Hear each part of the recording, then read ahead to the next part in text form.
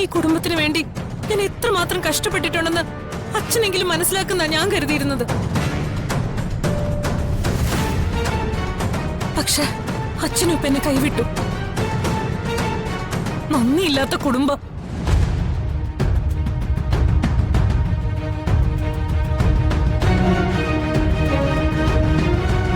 നിങ്ങൾ ആരൊക്കെ എന്നെ വെറുത്താലും എന്റെ നന്ദേട്ടൻ എന്നെ മനസ്സിലാവും.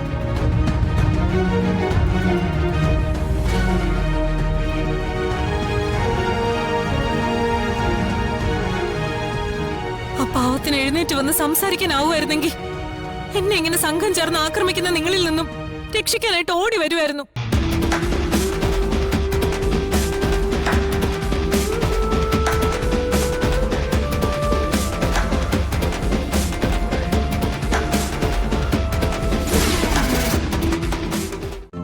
ഇന്ന് തന്നെ ഡൗൺലോഡ് ചെയ്യൂ. കാണൂ നിങ്ങളുടെ ഫേവറേറ്റ് ഷോസ്.